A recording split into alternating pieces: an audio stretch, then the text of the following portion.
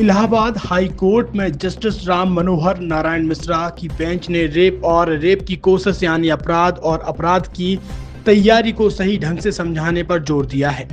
High court ने कहा है कि पीड़िता के स्तन पकड़ना, उसे खींचना और उसके पैजामे का नाड़ा तोड़ना रेप या रेप के प्रयास के अंतर्गत नहीं आता।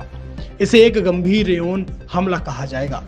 इलाहाबाद हाई कोर्ट ने इस घटना में निचली अदालत से जारी समन में संशोधन करने और आरोपियों के खिलाफ संशोधित धाराओं में केस दर्ज कर नया समन जारी करने के निर्देश दिए हैं। नवंबर 2021 में कासगंज के पटियाली थाना क्षेत्र निवासी एक महिला ने आरोप लगाया था कि 10 नवंबर 2021 को जब वो अपनी 14 साल की नाबालिग बेटी के साथ घर जा रही थी तो गांव के रहने वाले पवन और आकाश ने उसकी नाबालिग बेटी को घर छोड़ने के बहाने बाइक पर बैठा लिया।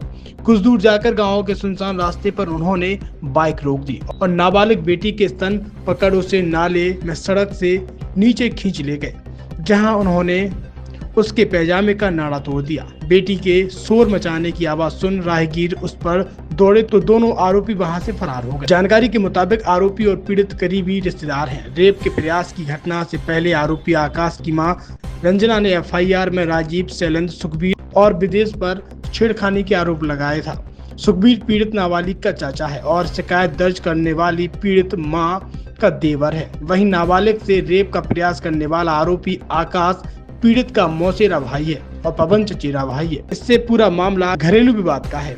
खैर, पुलिस ने इस मामले में सुखबीर समेत सभी आरोपियों के खिलाफ चार्जशीट दाखिल कर दी है।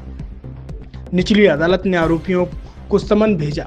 आरोपियों ने समन को चुनौती देते हुए हाईकोर्ट में मामले के पुनः निरीक्षण की याचिका दायर की। कोर्ट ने जारी समन के खिलाफ याचिका पर सुनवाई करते हुए कहा है कि शिकायत के आधार पर यह मामला रेप में नहीं आता। यह केवल 354 VIPC यानी छेड़खानी और पॉक्सो एक्ट के तहत ही आता है। हाईकोर्ट ने साफ कहा है कि रेप के प्रयास और अपराध की तैयारी के बीच अंतर को सही तरीके से समझना चाहिए। हाईकोर्ट ने इस मामले में निचली अदालत को आदेश दिया है कि आरोपियों के खिलाफ पहले संशोधित धाराओं में केस दर्ज हो और फिर नया समन जारी किया जाए।